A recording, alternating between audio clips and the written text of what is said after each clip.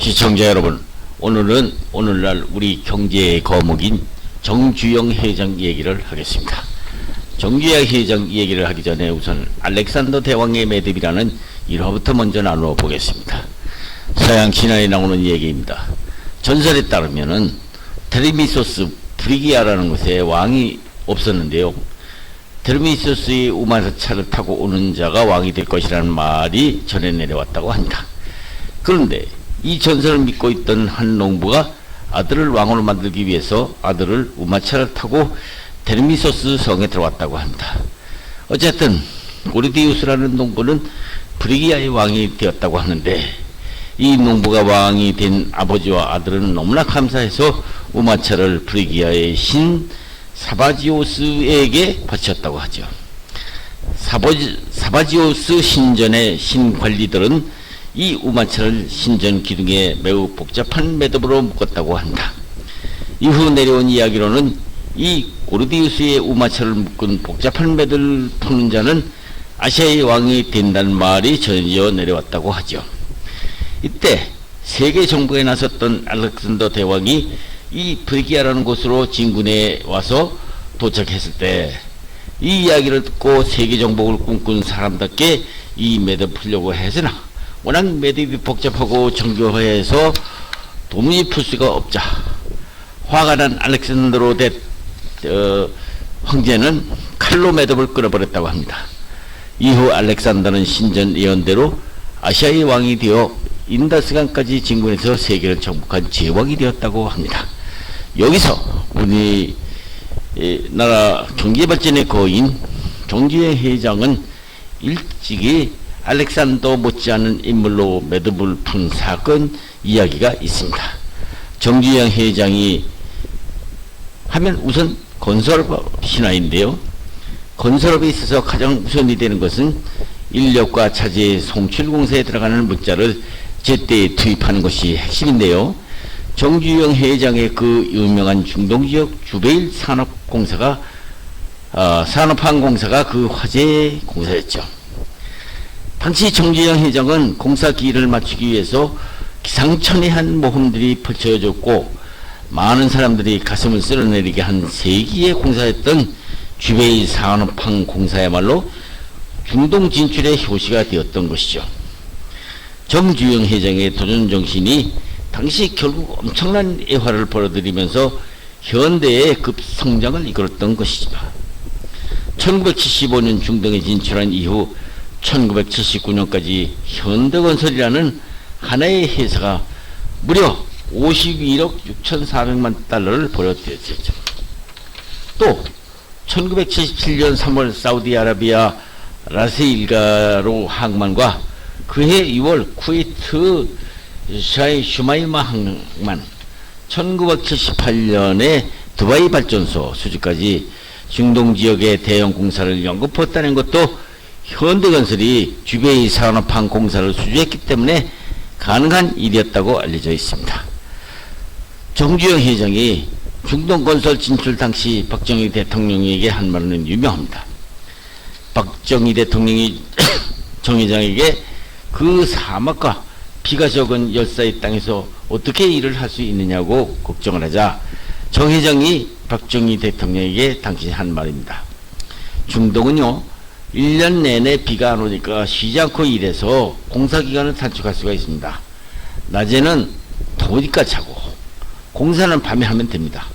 공사할 땐 모래가 있어야 콘크리트 시멘트를 만드는데 그 모래가 지천으로 깔린 게 모래이니 그래서 좋고, 물은 유조선을 만들어 빈 탱크에 가득 실어 나르고 돌아올 때는 석유를 담아오면 됩니다.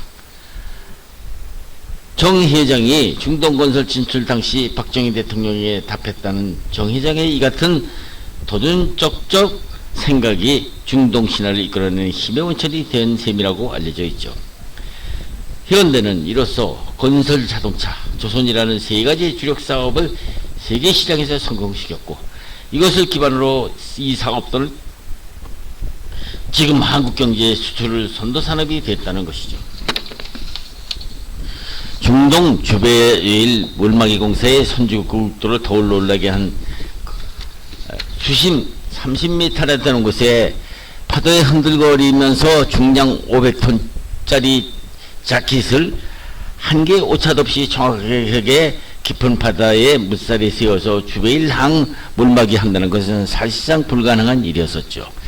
당시 일화를 들어보면 현장을 둘러본 정주영 회장은 직원들조차 물살이 세워서 도저히 물막이 공사할 수 없으니 포기할 수밖에 없다고 했다죠.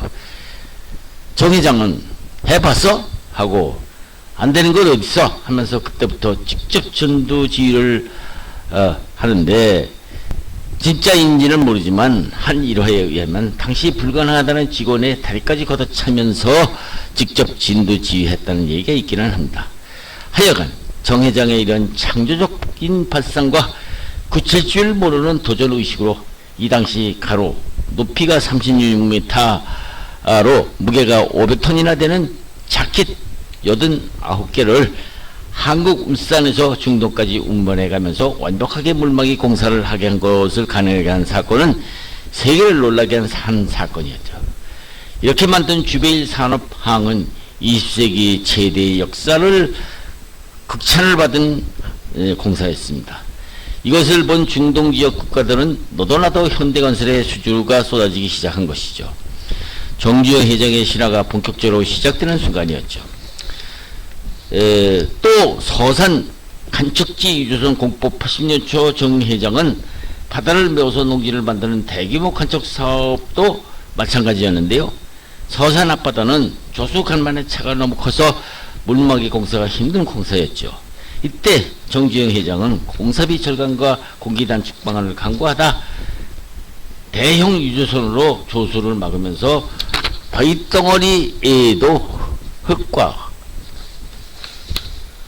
버럭 등 현장 근처에서 쉽게 구할 수 있는 재료로 물막이를 할 수 있었다는 기상천외한 아이디어를 낸 것으로 유명한 얘기죠. 정주영 회장은 간척지 최종 물막이 공사는 사람의 힘으로는 감당하기 어려운 공사라면서 밀물과 썰물 때 빠른 물살을 막기 위해서 폐유조선을 심화시켜서 물줄기를 차단 내지 감속시킨 다음에 일시의 토사를 대량 투하하면서 물막이 공사를 완성할 수 있었다면서 현대 간부진에게 제안했었고 물막이 공사를 진두지휘했다는 얘기는 유명한 얘기죠. 그래서 이 유조선 공법을 정주영 공법이라고도 부르는데 이 공법 덕분에 현대건설은 계획 공기 45개월을 35개월이나 단축 9개월 만에 완공시켜서 총 공사비를 280억 원이나 절감했다는 얘기는 유명한 얘기입니다. 정주영 회장은 1915년 11월 15일 강원도 통천군 탑천면 아산리에서 정봉식과 한성시대 6남 2녀 가운데 장남으로 태어났습니다. 할아버지에게 한학을 배운 뒤 지금의 초등학교인 통천소학교를 졸업하고 그가 정식으로 학교를 다닌 것은 이때가 마지막이었다고 하죠. 어린 시절 그는 부모처럼 가난한 농부가 되기 싫어서 4번이나 가출했다고 합니다. 마지막 가출 때에 보성전문학교, 지금의 고려대학교인데요. 건물 공사장에서 막노동으로 전전 연명했었고 23살 때였을 때 쌀가게 배달원으로 취직했던 복흥상해라는 쌀가게를 인수해가지고 가게 이름을 경인상해로 고치고 사업가라서 첫발을 내딛었다고 합니다. 1939년 중일전쟁이 치열해지자 전시 쌀 배급제가 실시되자 이 쌀가게 경인상해를 폐업한 뒤 평소 알고 지내던 차량 정비사 이 유락씨의 권유로 서울 아현동에 있는 아더서비스라는 차량 정비소를 인수합니다. 해방이 된 뒤 국내에 진주한 미군에게 적산 토지를 불화받아서 1946년 현대자동차 공업사를 세웠고 1947년에 현대토건도 설립했다고 합니다. 결국 두 회사는 현대그룹의 모체가 되는 것이죠. 6.25 전쟁 동안 미 8군이 발주한 토목공사의 수주를 맡게 되고 6.25 전쟁이 끝난 뒤 건설경기의 봄을 타고 승승장구를 이어갑니다. 이에 힘입어 1967년 현대자동차, 1971년 현대중공업이 설립되는 등 현대그룹은 한국의 대표적 재벌로 성장하게 된 것이죠. 결국 그는 한국전쟁 이후 전국경제인연합회 회장직을 13세부터 17세까지 연수로 맡는 등 재계의 거목으로 자라났었습니다. 이 과정에서 한국의 첫 하계올림픽 유치에도 힘을 보태서 대한체육회 회장에 있기도 했죠. 현대그룹 회장에 선물하며 경영일선에서 손을 놓았고 그 뒤 현대그룹 명예회장으로 추대해서 했기도 했습니다.